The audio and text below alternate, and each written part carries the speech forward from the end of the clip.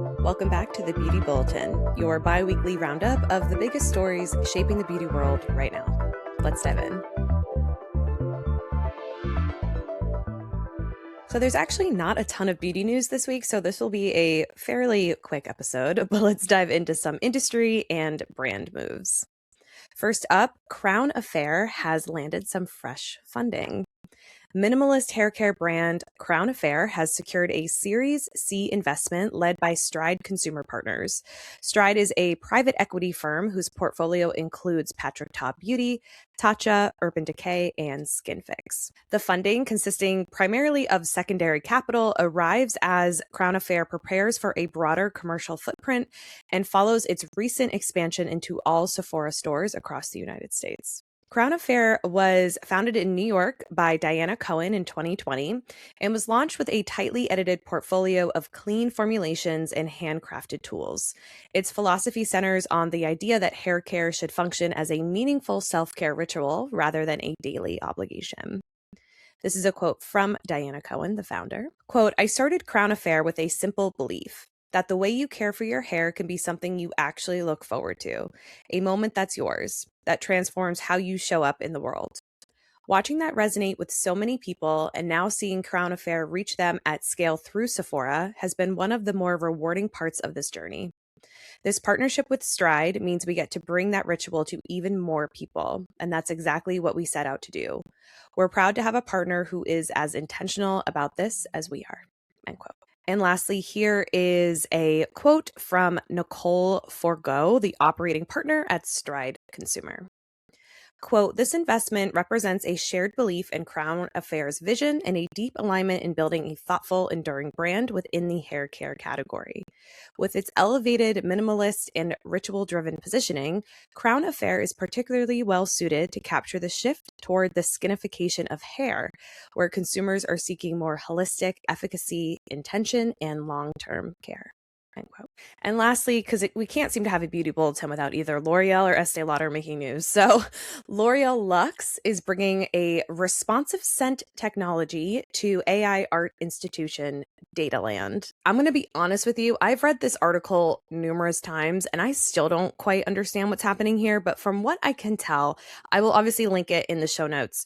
But it sounds like L'Oreal Luxe, which is the fragrance division of L'Oreal Group, is going to be doing a partnership with Dataland. Dataland is an AI-driven cultural institution that's opening June 20th in Los Angeles, and it's a 25,000 square foot venue that is positioning itself as the world's first omnisensory museum of AI arts, combining large-scale computational art, immersive environments, and responsive sensory technologies.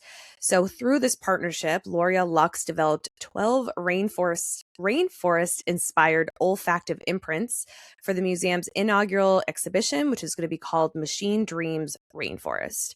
So basically, L'Oreal created these fragrances to be used during this exhibition. This whole exhibition, not just the fragrance part, is about rainforests. And apparently they used a bunch of different technology to kind of collect as much data about the rainforest to create this like immersive experience. They said the big difference for this is that it's the first open source generative AI model that is dedicated entirely to nature. So our traditional has been around for like 3 years, but the AI that we use, the large language models that we have now, like the ChatGPTs and the Claudes, they're trained primarily on human generated knowledge and text. So they kind of pull from what's already out in the internet world. But they said for this particular type of AI model, they actually claim that they are ethically collected environmental data, and they wanted to learn nature's inherent intelligence, and they would use things like LiDAR scans, ambisonic audio recordings, high-res imagery. They would use different documentation formats to document the flora, the fauna, the fungi, like all this stuff. So I think they're using, instead of pulling from human language, they're trying to pull directly from nature by pulling in sounds and imagery and scents and all that stuff. And so L'Oreal's aspect to it is bringing in the scents that are inspired by that data. Now, this is what they say about the fragrances, which I do not understand. So, the fragrances that are going to be there, the 12 that L'Oreal created, are not going to be static ambient scents, but they're going to be adaptive, which are designed to respond dynamically to both the artworks and visitor movement throughout the galleries. So, I'm not sure if like the scents are going to be shifting and changing as you like walk through an immersive rainforest or something. Like, I'm curious what they mean by visitor movements. But it seems like they're trying to make it a real experience of scent where you're not just going up and smelling like a stick. You're actually like it's all around you, I guess. So stay tuned for more. Maybe in June I'll have a little bit more info, but for now, L'Oreal is in the AI fragrance game. All right, moving into launches and innovations. Medigate is going to be joining the beauty vegan PDRN race. So, if you haven't been keeping up with beauty news, PDRN has been the biggest ingredient that has come out probably since niacinamide, and it's a salmon derived ingredient. They're trying to find vegan alternatives for people who would rather not have the salmon derived formula. So Medigate is the newest brand to come up with that regenerative skincare product with the launch of their Exo PDRN Prismatic Plus Youthful Vitality Serum. This is a $96 treatment that reflects one of the most important formulation shifts currently reshaping prestige beauty, the industry-wide push to develop vegan alternatives to salmon-derived PDRN. Now, PDRN, I'm not gonna try and say the word. I'll put it up on the screen if you're watching, because just read it and you'll know that that's not going to be coming out of my mouth. But basically, it is a Korean, or at least long associated with Korean aesthetic medicine and injectable skin rejuvenation. So it really quickly over the last year or so moved from a niche clinical ingredient to more of a mainstream beauty product.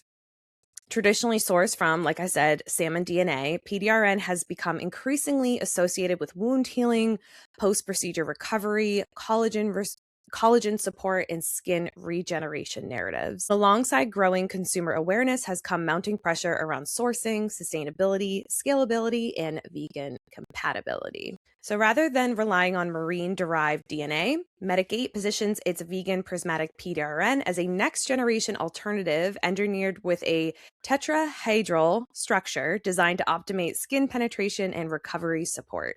The formula combines the ingredient with a triple exome complex, delivering up to 151 billion exosomes per bottle. I don't know if I said that right. Sorry, scientists. Alongside a growth factor mini protein and ATP precursor technology designed to reinforce broader regenerative positioning. Okay, beauty chemists, please come to the front and help explain what all of that means.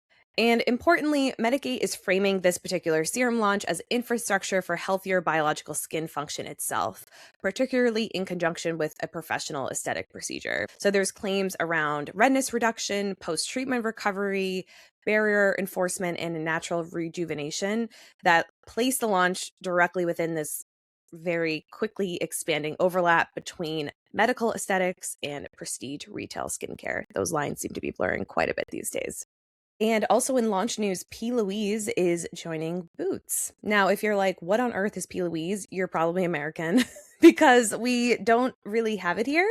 I think you can get it on TikTok Shop now, but it's a very big UK brand. It was founded in 2014 by professional makeup artist and social media influencer P.Louise Williams, who is from the UK.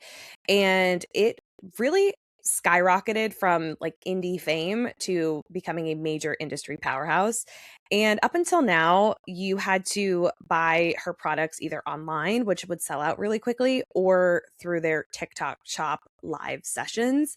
Now, if you ever want to go down some rabbit holes, just watch videos about P.Louise's advent calendars, because the insanity over trying to get these advent calendars, and listen, no shade, because I have been first in line for a Lisa Eldridge launch. Like, no shade. It's just, it's a wild fan base, and P.Louise has grown to a huge, huge brand, but it was always really challenging to get. If you couldn't get on the website or TikTok shop, you couldn't really find it anywhere else. So now on May 29th, specifically, P.Louise will enter 36 Boots stores across the UK and will also debut online at boots.com.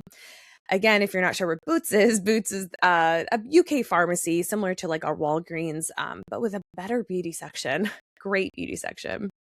So P.Louise is going to be launching at Boots with a massive lineup of over 200 products across cosmetics and skincare. Some popular products are the Rumor Base, the Cheek of It Liquid Blush, and the Spoilt for Choice Cream Bronzer in Real Life.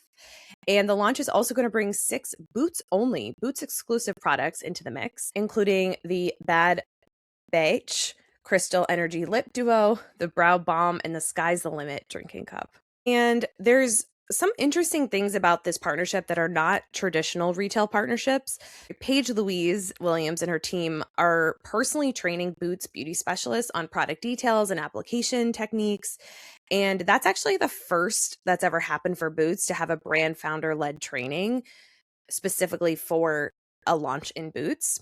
And they're also going to be having more in the larger Boots store. They're going to be having some immersive shop and shop concepts like themed events, live beauty masterclasses, and interactive pick and mix product areas. Here's a quote from Paige about this partnership with Boots. Quote, "I've had many opportunities to go into retail before, and I've always turned them down. For me, it was never about putting products on a shelf, but about what we could create for our community when they walk through the door. Together with Boots, we've been able to build something that feels nothing like traditional retail, with masterclasses and immersive shop-and-shop spaces. Everything I've built has been for this community. They showed up for me from nothing, and I've always promised I'd find bigger and better ways to show up for them." End quote. And lastly, here's a quote from Alice Rafferty, the director of luxury beauty and cosmetics at Boots. Quote, "We are incredibly excited to be the exclusive high street partner to P.Louise and to welcome the brand into the Boots family. This is a brand that truly understands the modern beauty consumer, utilizing the power of platforms such as TikTok to create genuine excitement and demand. Its launch reinforces Boots as the ultimate destination for the most sought after and trending beauty brands." End quote. And lastly, in new product launch news, I've been dying to try this. This is a new launch from Tower 28. If you don't know, Tower 28 is one of my personal favorite brands. I think I've tried every single product from them, and this one will be no different. Tower 28 officially launched their Shine On Plumping Lip Jelly on Friday, May 15th. Now, if you are someone who has had or tried their regular Shine On Lip Jelly, it is one of the best lip glosses I've ever had in my life. I think I've gone through 4 of them already. I had to take a break because I had a lot of other lip glosses that were getting jealous. But this one is very similar in that it's not sticky. It has that nice juicy formula, but it also has a first of its kind plumping product that works by stimulating microcirculation and is safe for sensitive skin. Tower 28 is known for being sensitive skin friendly, and the cool thing about this launch is that this lip plumper is no exception. Here's a quote from Amy Liu, the founder and CEO of Tower 28. She says, quote, "My favorite thing is honestly that it doesn't hurt. If you've ever used a traditional lip plumper, you know how intense they can feel. I love that this gives you that glossy, fuller looking lip effect with a gentle tingling sensation instead of pain. It still feels fun and effective, but you're not sacrificing your skin barrier to get the result." End quote. So how do they do this exactly? It's all about the formula. So the formula was inspired by ingredients traditionally used in personal lubricants, where the goal is gentle sensory stimulation rather than irritation. So their new plumping lip jelly features a trademarked ingredient that is new called Vibe Plump that stimulates microcirculation to boost visible volume. So here's another quote from Amy Liu about exactly how this ingredient works. Quote, "Traditional lip plumpers typically work by creating irritation-induced swelling using ingredients that sting or inflame the lips, something like cinnamon or tea tree essential oil. Vibe Plump works through gentle microcirculation instead. It creates this soft, vibrating sensation that helps stimulate blood flow to the lips without the harsh burn." End quote. Formulators paired ViPlump with ingredients like Volulip, which is a plant-based peptide complex that supports collagen and hyaluronic acid production over time, as well as hyaluronic filling spheres to smooth and fill the look of lines, tortula oil for hydration, and arnicado to proactively calm any inflammation that may arise. So basically, it's all the plump and none of the pain. Why I don't have this in my hands already, I don't know, but there will be a review coming on this at some point over on my Substack. So link to that below. I have to do a deep dive on this one.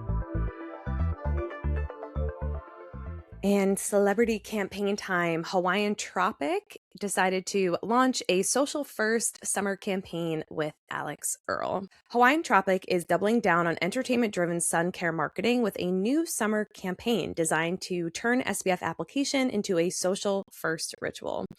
Building on the viral momentum of their 2025 Tana Sutra campaign, the brand has launched a dance-centric creative platform anchored by a music video featuring influencer and media personality Alex Earle, who returns for her second consecutive year as the brand partner. Here's a quote from Shaylin Winterer, the senior brand manager at Hawaiian Tropic. Quote, "Our continued partnership with Alex Earle reflects a broader shift in how brands are thinking about the role of creators. We see the industry evolving beyond one-off campaigns, focused primarily on reach and impressions, towards partnerships that are built around long-term brand affinity and cultural relevance. The creators who are most valuable to brands today aren't just media channels. They're helping to bring the brand's identity to life and culture in a way that feels resonant and relatable to consumers." Set to the 1990 hit I Touch Myself, the campaign reframed sunscreen application as an expressive, sensual experience rather than a functional skincare step. For beauty marketers, the strategy reflects a broader industry shift toward emotional participation and behavior-led engagement, particularly in categories where consumer compliance remains inconsistent, aka y'all are not applying enough sunscreen consistently. So Hawaiian Tropic is leaning into choreography, nostalgia, creator culture, and body confidence to increase cultural relevance around SPF use, rather than emphasizing dermatologist messaging or efficacy claims. For product developers and brand strategists, the campaign also underscores the growing importance of sensorial formulation. So Hawaiian Tropic repeatedly references texture, skin feel, and fragrance as the core drivers of emotional engagement. And in a crowded SPF market where efficacy is often kind of the highest stake, brands are increasingly using sensorality, creator alignment, and culturally participatory formats to build distinction and customer loyalty. All right, and lastly, in market news, we have some Q1 2026 numbers. Let's go through some of them.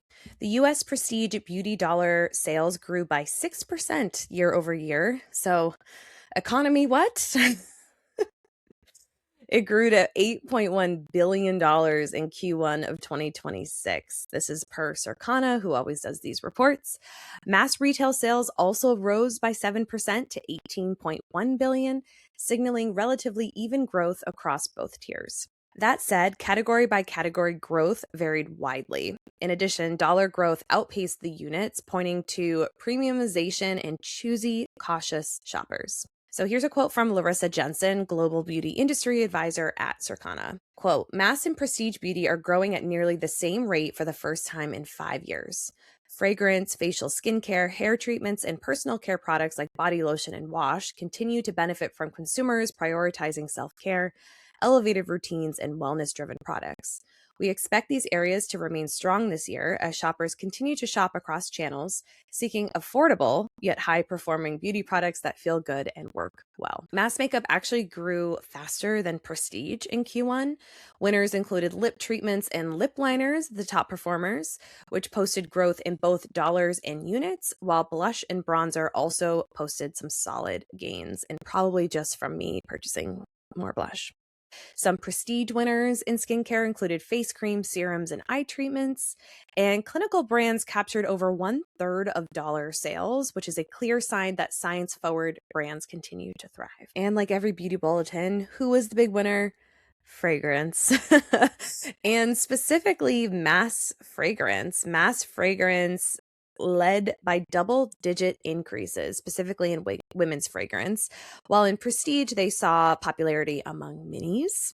There's obviously more info. There's always more info that I could read here, and you are welcome to go through all the numbers if you are interested.